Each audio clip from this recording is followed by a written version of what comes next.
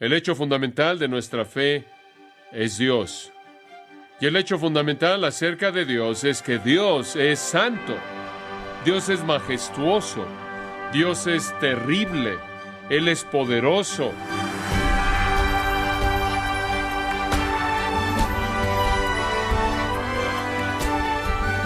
Le damos las gracias por acompañarnos en este su programa Gracias a Vosotros con el pastor John MacArthur.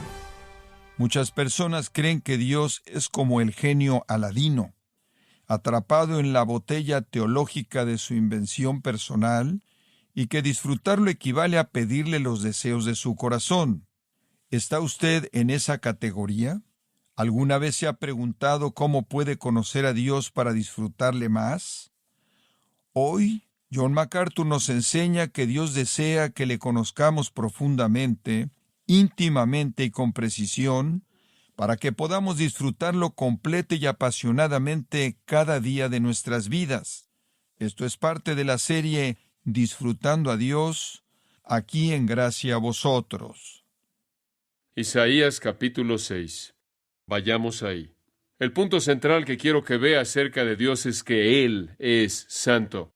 El rey está muerto e Isaías va al templo. En el año que murió el rey Usías, vi yo al Señor sentado sobre un trono alto y sublime, y sus faldas llenaban el templo. Ahora observe el versículo 2. Conforme Isaías ve esta visión, dice, por encima de él, esto es, encima del trono, había serafines. Cada uno tenía 6 alas. Con 2 cubrían sus rostros, con 2 cubrían sus pies, y con 2 volaban. Ahora, ¿qué es un serafín? ¿O qué son los serafines, debido a que es plural? Aparentemente son un cierto grupo de ángeles cuyo llamado personal y diseño por Dios consistía en atender la santidad de Dios. Son guardianes aguerridos de la santidad de Dios. Ahora, ¿por qué tienen 3 conjuntos de alas? Bueno, ¿alguna vez usted ha notado que cuando Dios hace algo, Él lo hace que haga lo que Él quiere que haga? Él lo hace funcionar. Él lo hace práctico. Y si ellos tenían 6 alas, no fue nada más porque Dios se le pasó la mano con la idea de hacer alas. Había algo que tenía un propósito en eso. Observe que dice que con 2 al final del versículo volaban. Aparentemente, estas criaturas maravillosas, increíbles, sobrenaturales, eternas, tenían la capacidad de volar, mantenerse volando como una especie de helicóptero celestial, en torno al trono de Dios, el cual era alto y sublime. Y en algunas ocasiones, como se indica en el versículo 6, hacían lo que Dios les mandaba, como el que volaba con el carbón encendido. Pero estaban volando, suspendidos en el aire, en torno al trono de Dios. Sorprendente. Dice que tenían 2 alas más con las cuales cubrían sus pies. ¿Por qué? Hay varias posibilidades. Algunos dicen que esta fue una señal de humildad, de bajeza, de servicio humilde. Podría expresarse ese pensamiento, pero eso podría estar estirando el punto de la función angelical. Quizás será mejor verlo de esta manera. ¿Se acuerda usted cuando Moisés estuvo en un monte sucio, normal, común y corriente un día? Probablemente un monte en el que él había caminado muchas veces, pero él se volteó y él vio una zarza ardiente, y una voz salió de la zarza, ¿y qué le dijo? Quítate el calzado de tus pies, Moisés. ¿Por qué? Porque estás pisando ¿en qué? Piso santo, suelo santo. Ahora, su reacción a eso podría haber sido, He estado aquí mucho. Esto es lo mismo lugar. Pero cuando la presencia divina aparece, todo es inmediatamente santificado. Este era suelo santo, no por alguna virtud en sí misma, sino porque Dios estaba ahí, y su presencia santificó la tierra debajo de sus pies. Podrá haber un sentido en el que, sea cual sea el suelo que hay en la gloria, sea cual sea el lugar en el que los ángeles aterrizan, es un lugar tan sagrado que cubren sus pies, ya que es suelo santo. Después dice que tenían 2 alas con las cuales cubrían sus rostros. Eso es un poco más fácil de entender. Si están volando en torno al trono de Dios, están expuestos ahí a su gloria completa. Usted recuerda en Éxodo 33, Moisés le dijo de una manera tan atrevida a Dios, Dios le dice, vas a ser mi hombre, ve a guiar a mi pueblo, y Moisés dice, no lo voy a hacer solo. ¿Quién va a ir conmigo? Y Dios dice, mi presencia irá contigo, yo iré contigo. Y Moisés dijo, esa es una promesa agradable, Dios, pero me gustaría tener alguna prueba. Digo, yo valoro que tú digas eso, pero ¿serías tan amable en probarlo al mostrarme tu gloria? Y Dios le da una muy buena respuesta. Él dice, ningún hombre puede ver mi gloria y, ¿qué? Vivir. Ninguna criatura podría resistir la vista de la totalidad refulgente de la gloria de Dios. Dios promete proximidad, pero nunca revelación completa.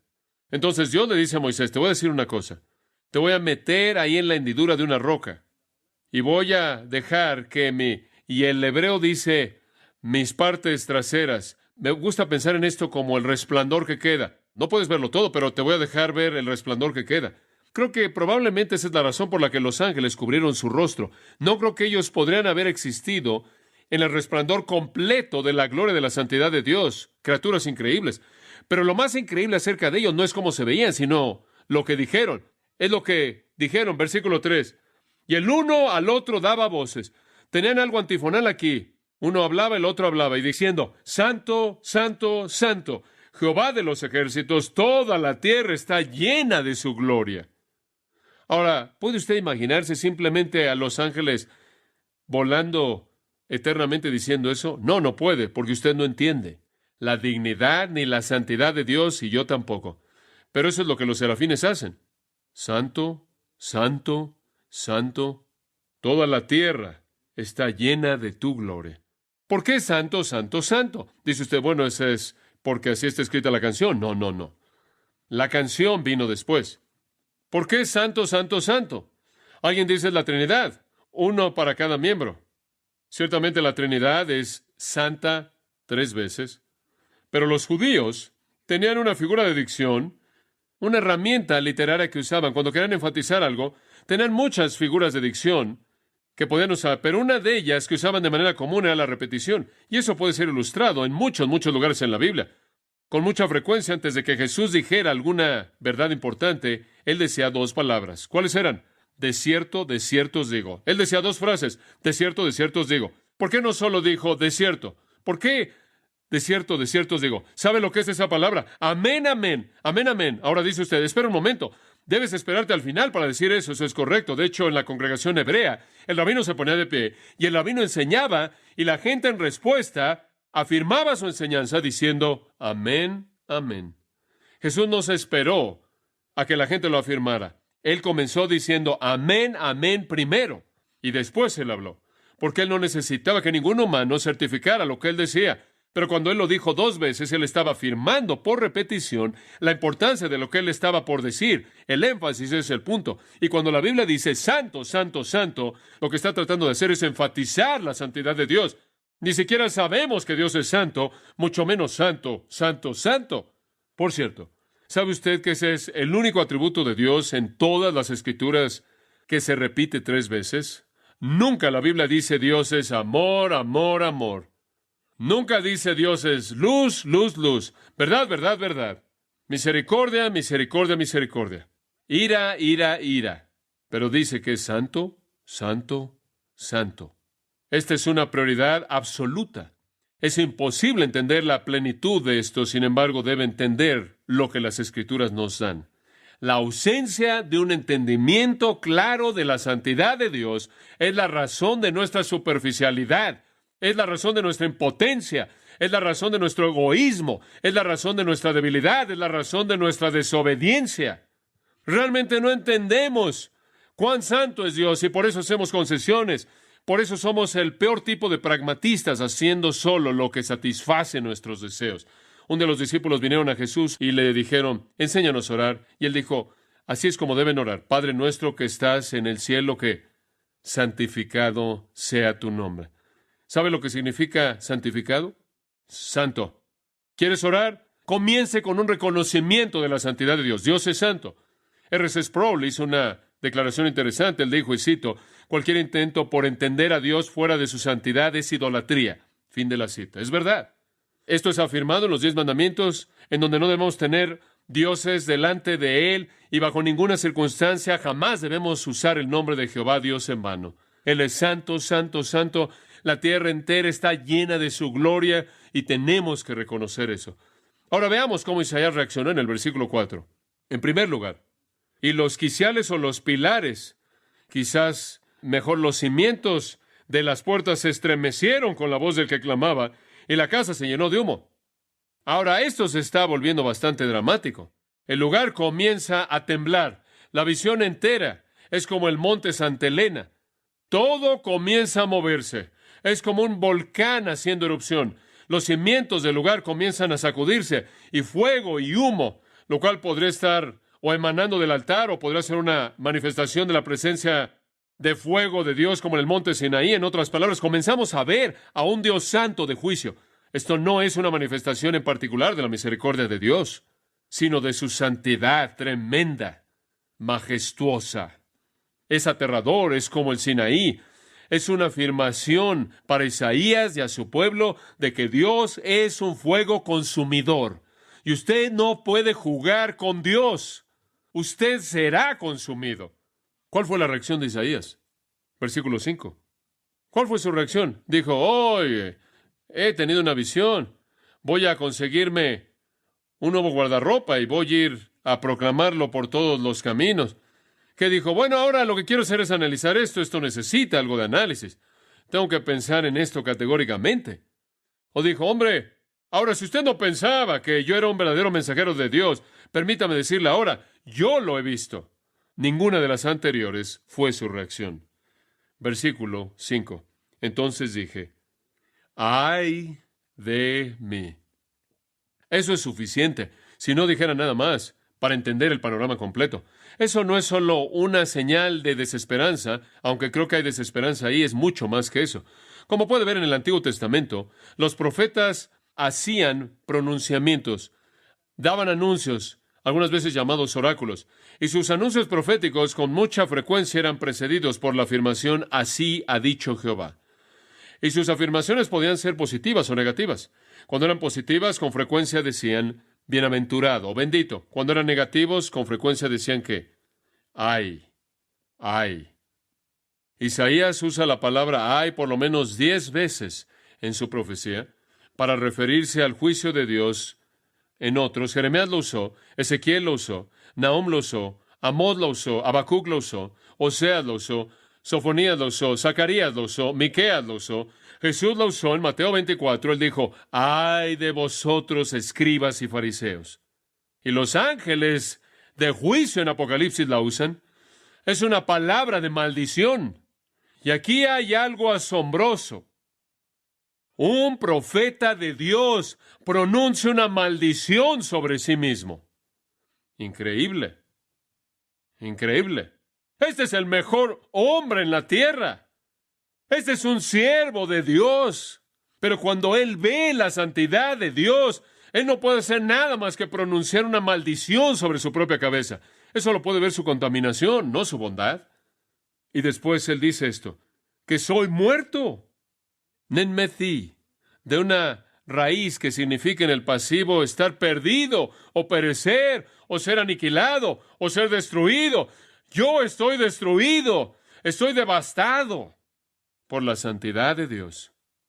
Estoy aplastado, me estoy deshaciendo, me estoy desmoronando, me estoy desintegrando. ¿Por qué? Porque él vio a Dios y cuando vio a Dios por primera vez en su vida, vio a Isaías. Y él sabía lo miserable que era. Él pudo haber sido un hombre seguro antes de esto, todo el mundo lo honraba, le daba palmadas en la espalda, todo el mundo que era piadoso decía que era el mejor de los hombres, un líder espiritual, la voz de Dios, santo, obediente, siervo del Señor.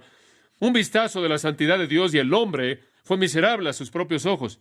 ¿Cuál fue el elemento más importante de un profeta? ¿Cuál fue el instrumento más importante de un profeta? Su boca, ¿no es cierto? Su boca para hablar. Observen lo que dice. Porque siendo hombre inmundo de labios, ¿sabe lo que eso significa? Tengo una boca sucia. Yo, el profeta de Dios, quien debería abrir mi boca para hablar de Dios, tengo una boca sucia.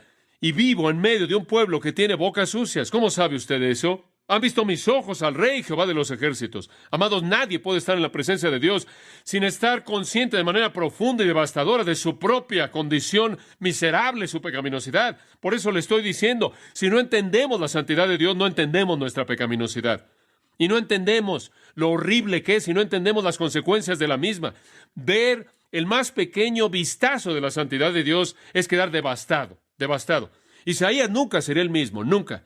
Ni lo será ninguna otra persona. Permítame darle algunas ilustraciones. Observe a Habacuc, ese profeta maravilloso. Si no lo puede encontrar, no se preocupe, simplemente escuche. Habacuc estaba dudando de Dios. Hacemos eso. Dios, tú sabes, por mucho tiempo he estado con esta carga y te sigo diciendo, Dios, que vengas, desciendas y hagas algo. Por favor, ven, aviva a tu pueblo. Desciende, Dios, y hazlo. No entiendo esto, Dios. Supuestamente debe ser un Dios de amor, un Dios de misericordia, un Dios de perdón. Desciende aquí, Dios, y haz algo.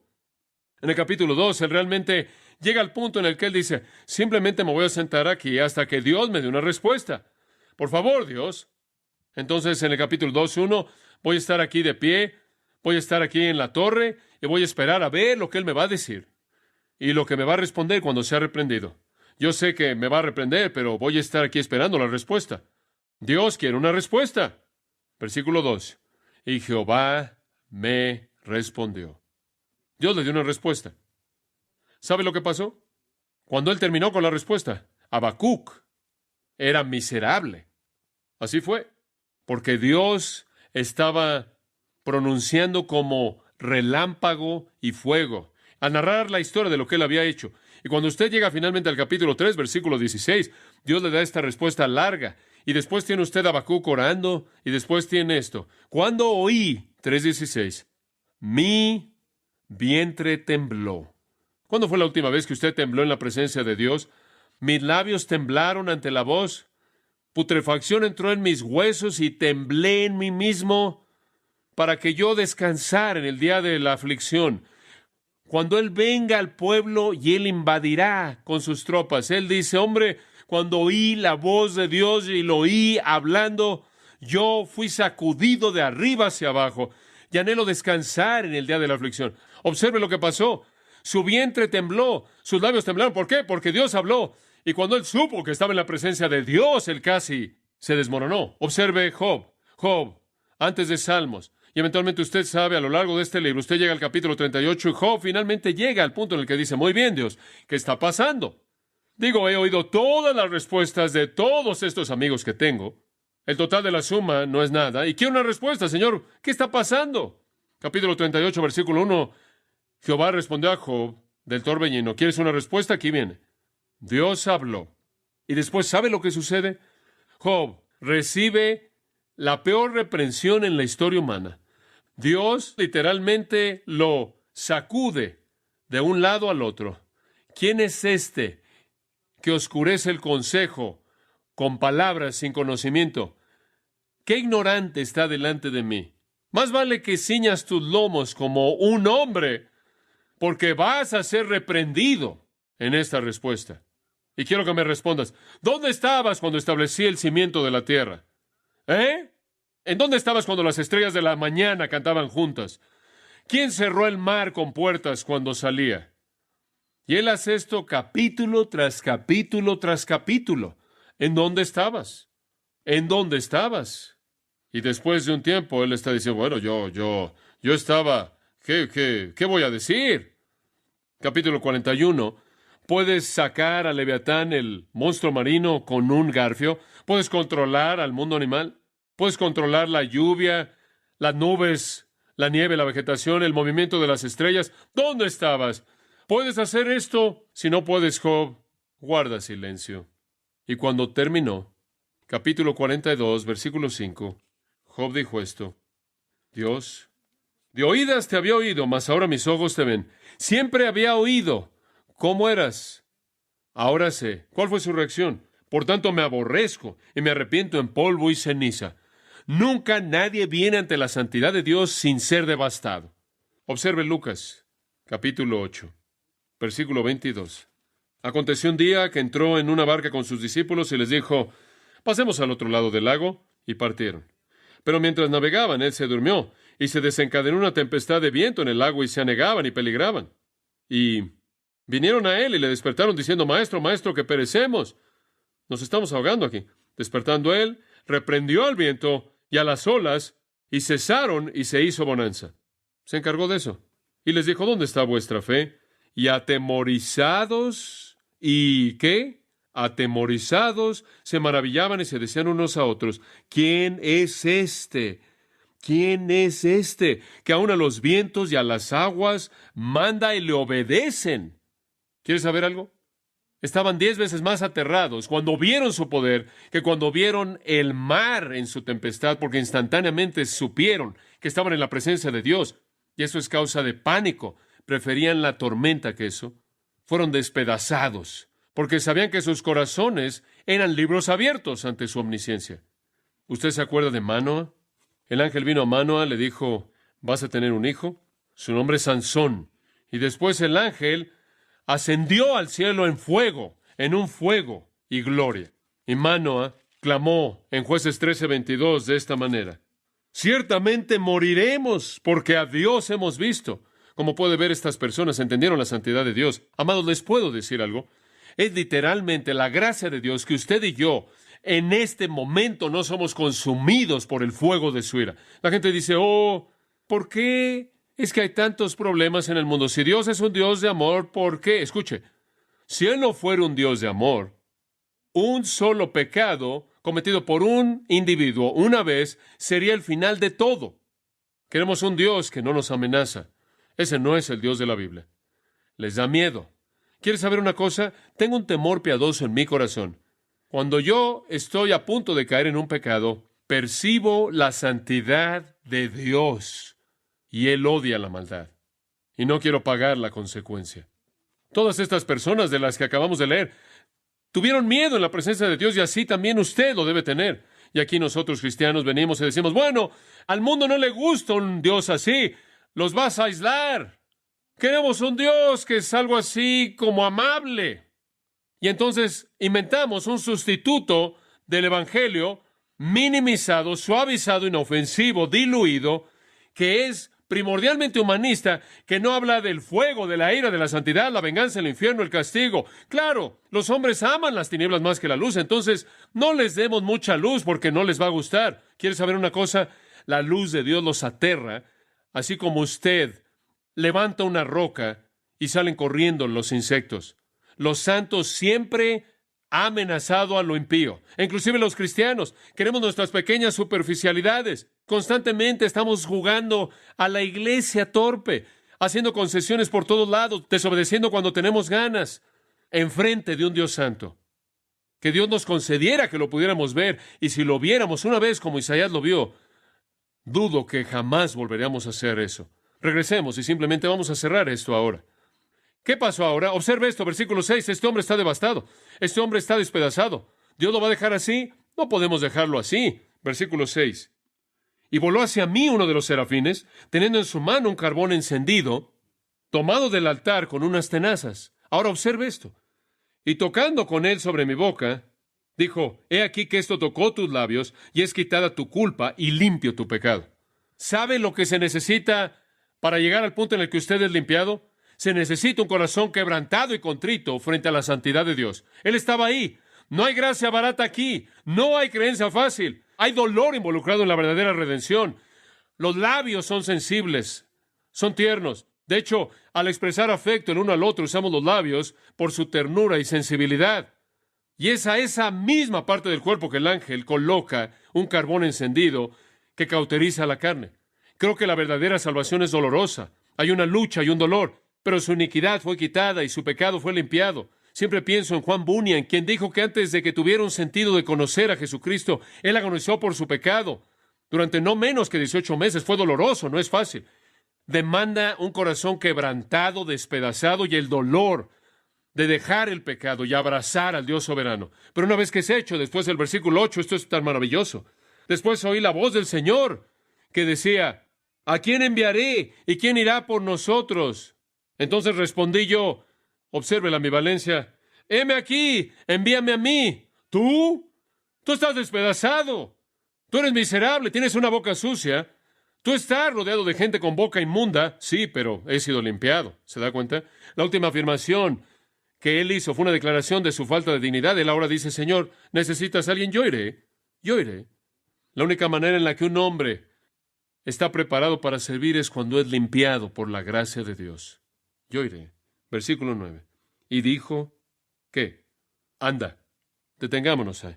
Él dijo, anda, ve. Un hombre limpiado.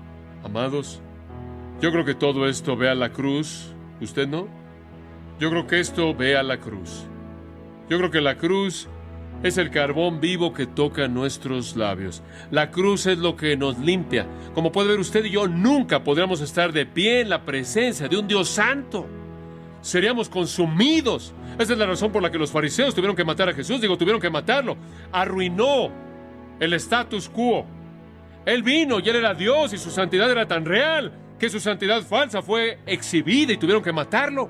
Y cuando Él murió no porque tuvieron que matarlo, sino porque Dios tuvo que dejarlo morir por nuestro pecado. La cruz nos toca y nos hace puros.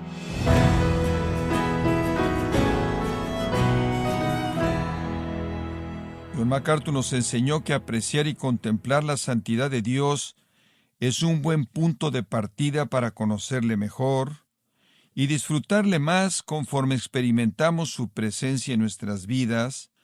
Esto es parte de la serie Disfrutando a Dios aquí en Gracia a Vosotros, con lo que concluimos el año 2019, deseando de parte de todo este equipo de Gracia a Vosotros, todo para bien y bendición a nuestra audiencia que fielmente nos escucha de lunes a viernes.